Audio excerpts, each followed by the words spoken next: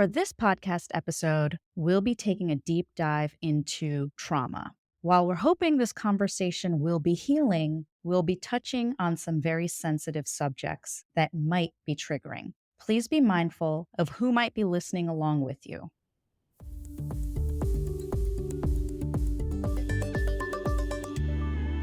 Welcome to the WebMD Health Discovered podcast. I'm Dr. Neha Pathak, WebMD's Chief Physician Editor for Health and Lifestyle Medicine. Today, we're exploring the word trauma. The word itself brings up so many mixed reactions and feelings. For some of us, discussing trauma can be triggering, bringing up feelings of shame, guilt, or vulnerability. For others, trauma can bring up fear, anger, or feelings of depression. And for others still, trauma might bring up panic. It might remind us of experiences we've been trying so hard to block out or run away from. None of us have lived without some sort of storm in our lives. So how do we take these traumatic feelings and build resilience for ourselves and for future generations? In this episode, we'll explore definitions and experiences of trauma, specifically intergenerational trauma, and we'll talk about coping mechanisms to help us shift from surviving to thriving. As we open this episode, I want to remind everyone that there's no one-size-fits-all experience with trauma, and discussions of trauma can bring up a lot of feelings that we're uncomfortable with. So we're hoping this discussion can be a conversation that allows us to feel compassion for ourselves and for those around us. Here to discuss this topic with us is my guest, Dr. Thema Bryant. Dr. Thema is the 2023 president of the American Psychological Association and is currently a tenured professor of psychology in the Graduate School of Education and Psychology at Pepperdine University, where she directs the Culture and Trauma Research Laboratory. Her clinical and research interests center on interpersonal trauma and the societal trauma of oppression. Dr. Thema is the host of the Homecoming podcast and author of several books, including Homecoming: Overcome Fear and Trauma to Reclaim Your Whole Authentic Self. Welcome to the WebMD Health Discovered podcast, Dr. Thema. Oh, thank you so much for having me. I'm excited for the conversation. So am I. I have been listening to a lot of your work, and I am really, really thankful for you being here with us today. So before we begin exploring our topic, I'd like to ask about your health discovery. What was your aha moment around trauma and the actions you took because of that discovery? The aha moment for me was discovering that busy is not the same thing as being healed, that you can be productive and still be in a very wounded place. And so stereotypically, we often think about people who are traumatized as stuck and stagnant. And when I experienced sexual assault, it was during my college years, and I was a student at Duke University. After having a semester where my grades really crumbled, I really invested myself in my productivity in what we would call in my community a spirit of excellence. And what I discovered is when you do a lot and do it well, you and others can mistake you for whole or healed. And so I had to discover for myself that sometimes we're doing a lot out of a sense of unworthiness, and we have to heal so that we recognize just being who you are is enough instead of being driven to perform in order to compensate for your wounds. Oh my gosh, so powerful. I thank you so much for sharing a little bit about your experience. And what that brings up for me is how we sometimes mistake being super productive as meaning that we are together in some way. And we're not thinking about all that it's taking us to keep us together and how much extra stress we're putting on ourselves just to keep this external idea, this external picture to the outside world that we're somehow whole. And that doesn't necessarily match up with what we're feeling inside. So true. We can become very centered on people pleasing and making sure either professors or parents or peers or dating partners are approving of us when we have actually disconnected from ourselves, are distracted from our own needs. And so to heal is to come home to yourself and to be able to live from a place of truth. It's so interesting because I'm a primary care doc. And I know that a lot of times when we're talking to our patients about their behavioral health or mental health concerns, we're really asking about the impact on their day to day activity. So that's when it sort of sends an alarm bell off for me in the office, is when someone is saying they can't keep up with their day to day activities, they can't get themselves out of bed. But what you're describing is someone who's super high functioning, and yet the effort, the work of doing those day to day activities is so draining. Yes. We may be so depleted that it can show up in our physical health, even though we're being productive. So you may have hair loss, grinding your teeth, nausea, backache, migraines, skin breaking out because of the stress, but you're still performing. And the other piece that we can ask about and be tuned into is when people have difficulty relaxing. There can be an overdrive but can't sit in silence or have difficulty sleeping. So there is a lack of care for the self. That is really opening my mind to questions that I should be asking. And it's really helping me sort of think about, what did I miss in this conversation with a friend, a loved one, a patient in front of me, where I'm sort of taking their ability to put on a smile and perform as some sort of like indication that, okay, I don't even need to dig deeper here. I can just move on to the next question. Yes, there was a message going around social media, check on your strong friends. And I think that's so important because we can dismiss and overlook certain people because we just say, oh, they're strong. They don't need anything. So the attention goes to those who are more visible and audible in their cries for help. And so tuning in to not only for adults, but also children, the parentified child, the super responsible child who often flies under the radar, but may be suffering. So let's take a step back and just sort of think about, how do you define trauma? What is it that's underlying what we're seeing in the person in front of us? So there is traumatic stress and then daily stress.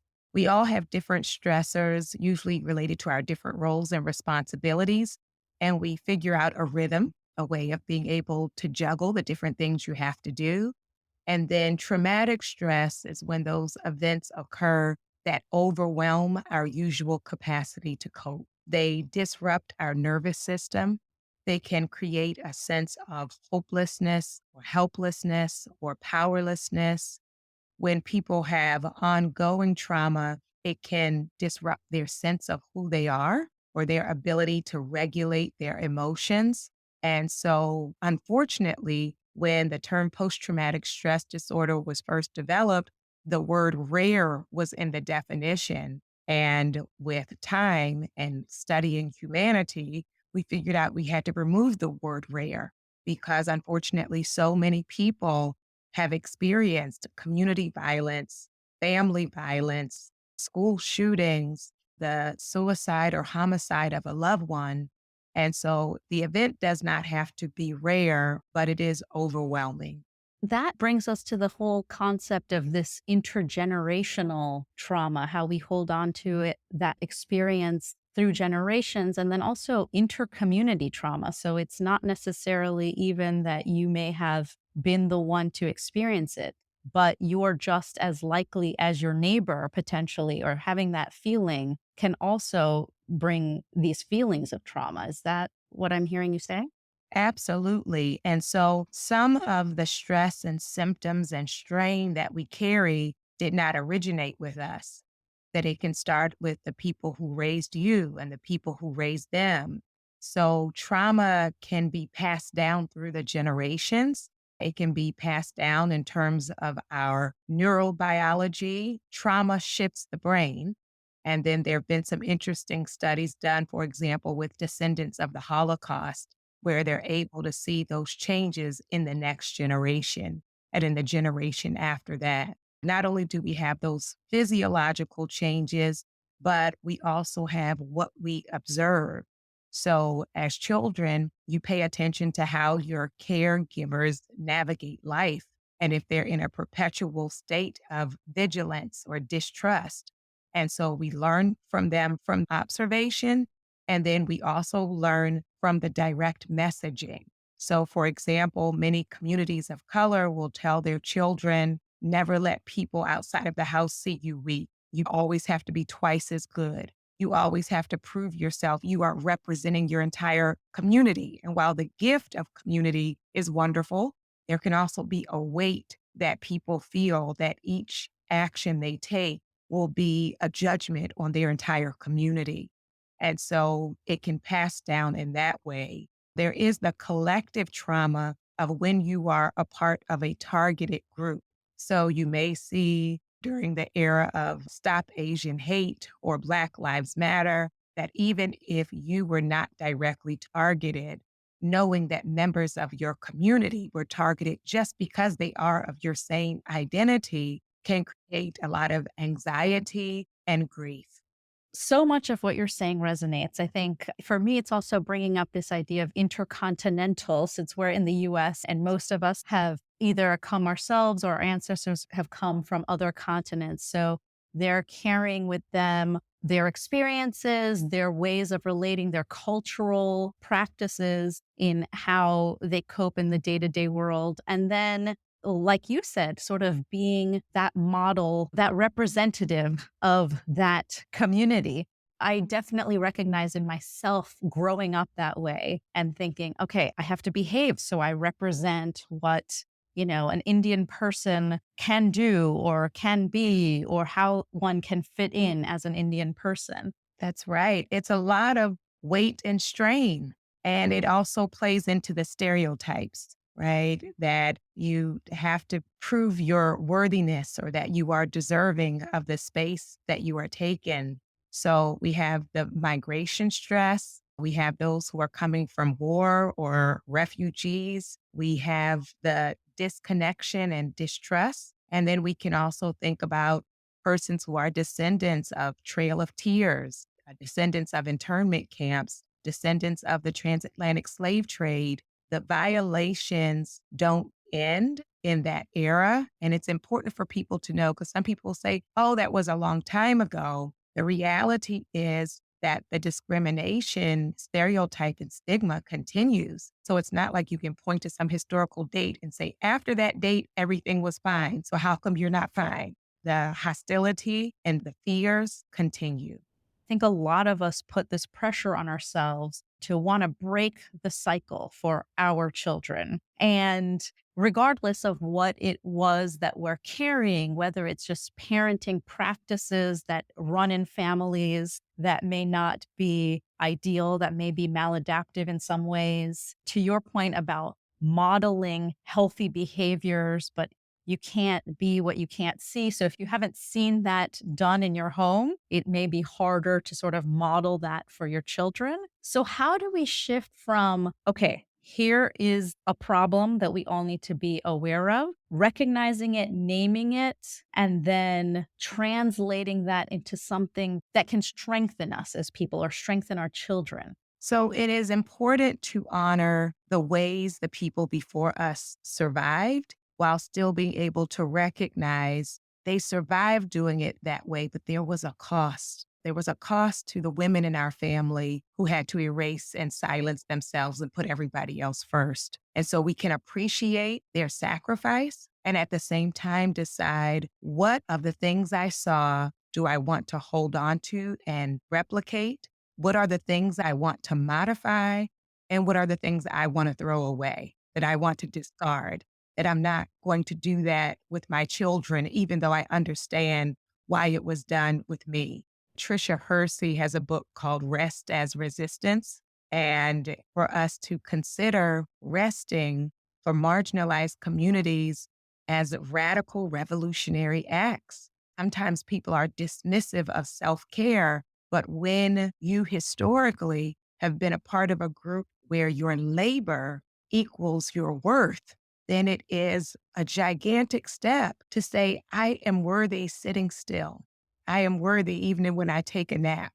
I am worthy without doing 7 million things. And so being willing to rest, also being willing to have safe spaces where we can tell the truth. Many times in my community, those who are Christian faith, there's this script where when people say, how are you? You say blessed, right? I'm blessed. I'm blessed. And sometimes these spiritual or religious scripts don't leave a lot of room for our humanity. And so for us to say two things can be true at the same time. Yes, I have blessings and I'm grateful, and I'm also tired. I'm blessed and I'm grateful, and I'm also disappointed. And so when we can model for our children being able to be our full selves, it gives them permission to know that they can lean into the truth of their full selves as well. And I'm so glad that you mentioned that having the two thoughts at once. I'll give this as an example because this just happened. We've been having a lot of storms in our city, in our town, in our neighborhood. And so we had this downed tree right on our block. I really started talking to my kids about how this is very similar to like some of the trauma that can happen in our lives. I don't think I used the word trauma, but I said some of the problems we might experience. There was a storm, it happens, this tree is down, and the normal flow of our day. So, the easiest way for us to get from our home to where we need to go is now blocked. And every time I would forget in the morning and I would drive us straight to that tree and I would freak out. And after a while, I was like, my God, I am really not doing a good job modeling. This happens. We know that it's here. So we've got to take an alternate route. Both things are true, that it would be nice if that tree wasn't there, but it is. So we're going to have to do something different. That's a great example. It reminds me of relationship dynamics because we have incredible research showing how attachment styles from early childhood can then show up in our attachment styles in romantic relationships, even our attachment styles at work. And so instead of the take home message being, I can never connect with other people, it may be, I have a longer route to get there. Like for me to open up or for me to trust people, I have to learn what is the pathway that will get me there.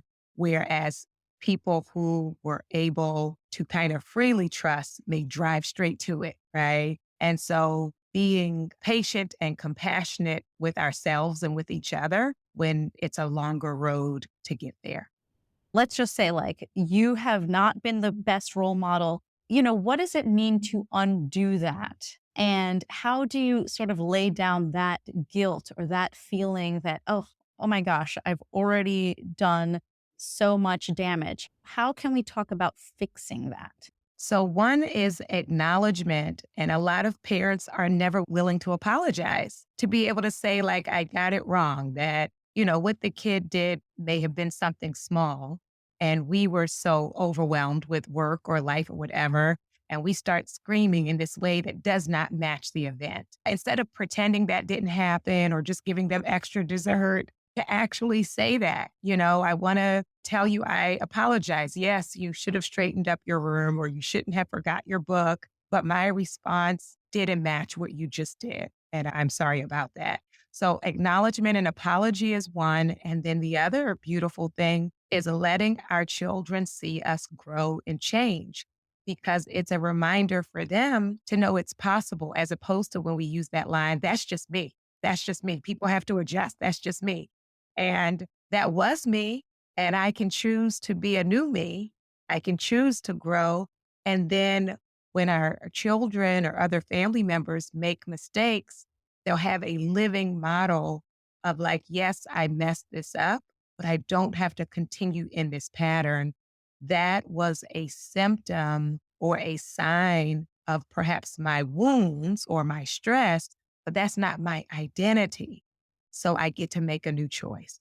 That's really very powerful and helpful. And then to kind of telescope back out to how we started this discussion is when and at what age is it appropriate to start showing them some of the deeper wounds and traumas that may be embedded in us and potentially in them from our history. And how do you have that conversation about a lot of what I do, or maybe the way that I am behaving may stem from, or you may experience this in your life because of systemic problems. How do you introduce that topic and at what age? So, in an age appropriate way, it's helpful to talk about it throughout childhood. It's just the level of detail or the graphic nature of it may change. But sometimes we think we're protecting children by never letting them know these things exist.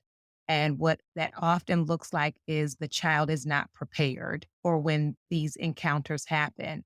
So, for example, with discrimination, to be able to say some children were taught not to play with other kids, and they just were told to make that decision based on what the kid looked like. And we know that is really not a kind thing to do. We know that's a harmful thing to do.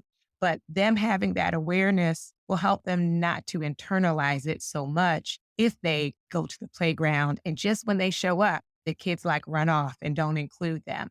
When we don't help them to understand that that exists, then they think there's something about them, that something's wrong with them. And then, around sexual abuse, again, not graphic details, but to go into like good touch or bad touch or, ownership of your body, or those are important conversations to have. I would just say for parents, you want to be careful about what is my intention in sharing in this moment?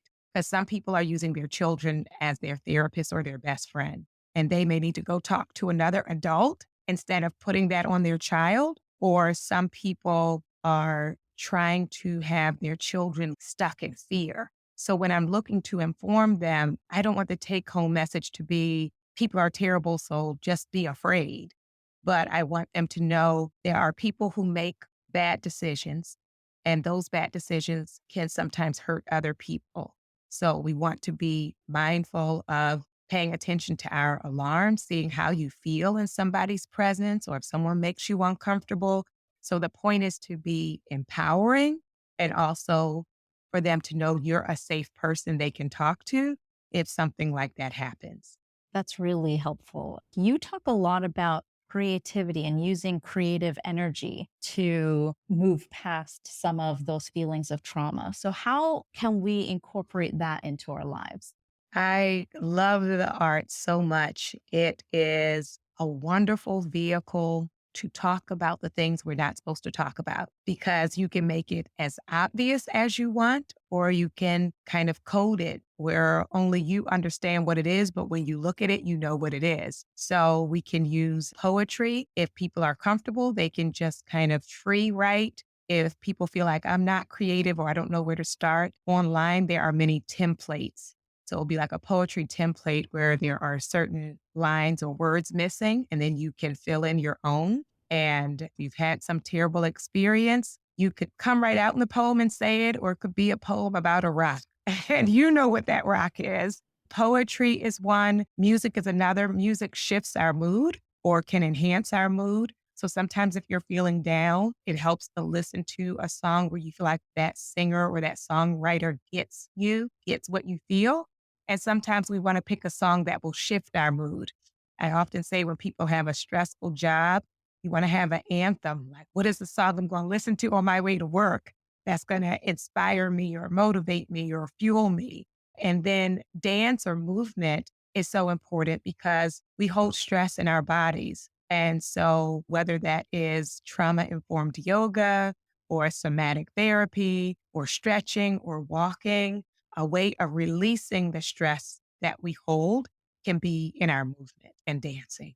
I love that. I'm also kind of thinking and reflecting on what you said earlier about some of the practices in our communities and our religious traditions that can be resilience building, where, there are certain pieces that maybe we don't want to continue. We want to break the cycle of those, but we don't want to break the links to some of these practices. So, one of them is community. When people have a faith community, usually those are a group of people that you can be with weekly or on some other regular basis, where in the good ones and the nourishing ones, there's a sense of belonging and acceptance. And that is a wonderful protective factor. There's also the music, which is a part of it. Prayer and meditation can be a great way of clearing our minds, of focusing, of coming into a place of truth telling. And it can also be for a lot of people a source of hope. So we know whether it is an individual trauma or a collective trauma, that hope helps us to believe in the possibility of our own healing and recovery. So powerful. I'd love to close the episode with a couple more just bite sized action items that our listeners can start taking part in or trying out today. So, do you have one or two things that you'd like to highlight? Yes. So one is contemplative time. So time away from your devices, not radio, not television, not even a podcast, not social media. To come home to yourself requires some silence.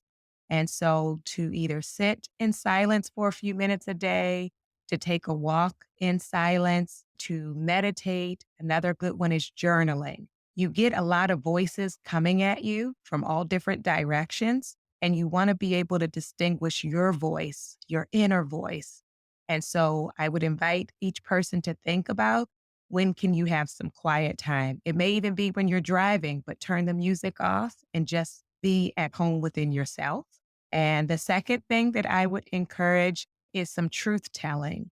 So pick a family member or friend or a mental health professional that you're going to tell a deeper truth to. So not where I'm going to perform, not where I'm going to emotionally mask, but when I talk to this person, I'm going to tell them something real.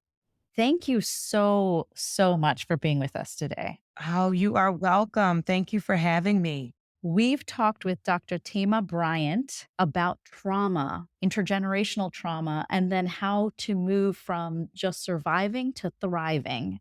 To find out more information about Dr. Thema Bryant, visit drthema.com. My main takeaway: basically, none of us will go through life without exposure to some sort of experience that our bodies and minds identify as traumatic. How well we're able to cope depends on a host of factors. I think two major ones are: one, underlying vulnerability. Are we part of a group that experiences traumatic events on a regular basis? Do we have intergenerational traumas that we're dealing with? And number two, access to healthy adaptive strategies. Do we have family, social connection, other parts of our lives that bring us joy? The other thing I'm going to take away is the best ways to identify healthy coping strategies, to identify if we do have a problem. Where are we feeling it? Are we feeling it in our bodies as upset stomach, headaches, fatigue? Or are we feeling it as panic and anxiety? Once we've identified that, what are our strategies to go around these problems? And can we find ways to slowly remove this obstacle from our path? Thank you so much for listening. Please take a moment to follow, rate, and review this podcast on your favorite listening platform. If you'd like to send me an email about topics you're interested in or questions for future guests, please send me a note at webmdpodcast@webmd.net. This is Dr. Neha Pathak for the WebMD Health Discovered podcast.